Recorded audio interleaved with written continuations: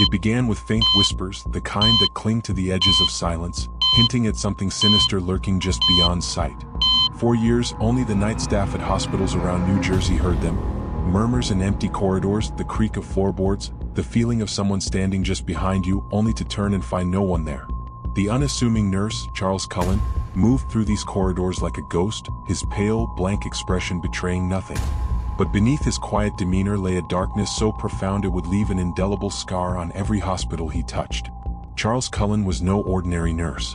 Over a terrifying 16-year span in the 1990s and early 2000s, he moved from hospital to hospital, leaving a trail of unexplained deaths in his wake. He was skilled, diligent, and disturbingly efficient in his work. Patients under his care didn't just die. They disappeared into the statistics, their passing attributed to natural causes, or worse, to mystery ailments that medical science couldn't explain. To his patients and the families they left behind, he was a kind, calm figure who appeared in their darkest hours. But as the years went by, a terrifying truth began to surface. Cullen's method was horrifyingly simple. Late at night, when hospital halls were quiet and the patient's breathing was the only sound, he would enter their rooms with a syringe concealed in his pocket. He would inject them with lethal doses of digoxin, insulin, or epinephrine, drugs that, in the wrong dosages, would induce a silent, excruciating death. He didn't just inject individual patients, though. In a particularly chilling twist, he would lace 4 bags with these fatal substances, knowing that they would eventually be used on random patients, leaving no direct trace of his hand. Each death would seem like an accident, an inevitable tragedy, and Cullen would slip away unnoticed, leaving a hollow silence in his wake. It wasn't long before some staff members began to suspect that something was very wrong. Certain patterns emerged, patterns that were difficult to ignore. Patients who were stable would suddenly crash during Cullen's shifts. Medications went missing, but only the most dangerous ones. A few patients, just before they slipped into unconsciousness, reportedly murmured something about a man in scrubs, his face a shadow as he loomed over them, pressing down the plunger of a syringe. Despite these warning signs, Cullen's reign of terror continued. Hospital administrators began to take note, but their response was to cover up, to conceal the incidents in a way that allowed Cullen to move on to another facility. The hospitals feared lawsuits, feared the negative publicity that would ruin their reputations. Rather than report him to the authorities, they would quietly fire him, sometimes even providing him with neutral or positive references to help him secure another job. Time and again, they chose to protect their own interests over the safety of their patients, and Cullen slipped through the cracks, moving to the next unsuspecting facility. The whispers grew louder. Staff members at each hospital would exchange uneasy glances, avoid taking shifts with Cullen, try to distance themselves from the unsettling aura that surrounded him. But Cullen was always a step ahead. He operated in the shadows, and as soon as the suspicion became too great, he would vanish, leaving behind grieving families and bewildered doctors. In total, Cullen worked at 12 different hospitals. His path was one of quiet devastation.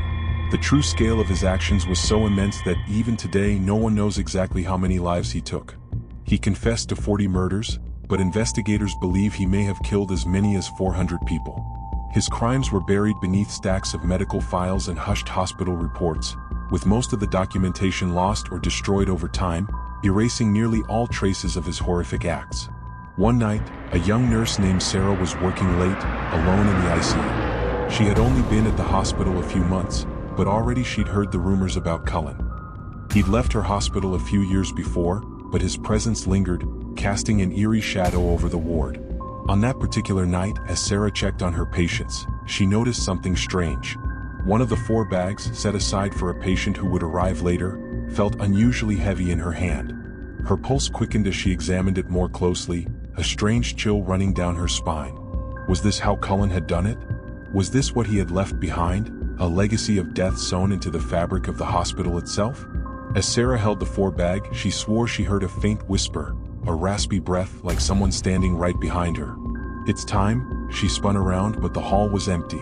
Yet, in the reflection of the glass panel of a nearby door, she caught a fleeting glimpse of a shadow, a figure in white scrubs with a blank, expressionless face. And then, as quickly as it had appeared, it was gone. Eventually, the law caught up with Cullen, but only after a group of brave nurses and investigators worked tirelessly to gather evidence against him. Even then, many families would never receive closure, as the details of their loved ones' deaths were obscured by hospital bureaucracy and the horrifying reality that Cullen's actions might never be fully accounted for. He was charged with 29 murders, but the truth of his crimes is likely buried forever. But the story doesn't end with his arrest. To this day, staff and patients alike report eerie experiences in the hospitals where Cullen once worked. In the dim hours before dawn, nurses claim to hear faint breathing in empty rooms, the soft creak of wheels as if an invisible gurney were being pushed down the hall. Some even claim to see a shadowy figure standing at the foot of patients' beds, just beyond the edge of the light. One nurse, who refused to be named, shared her story. She was working a quiet night shift in a hospital that Cullen had once frequented, her only company the soft hum of machinery and the dim, sterile lights.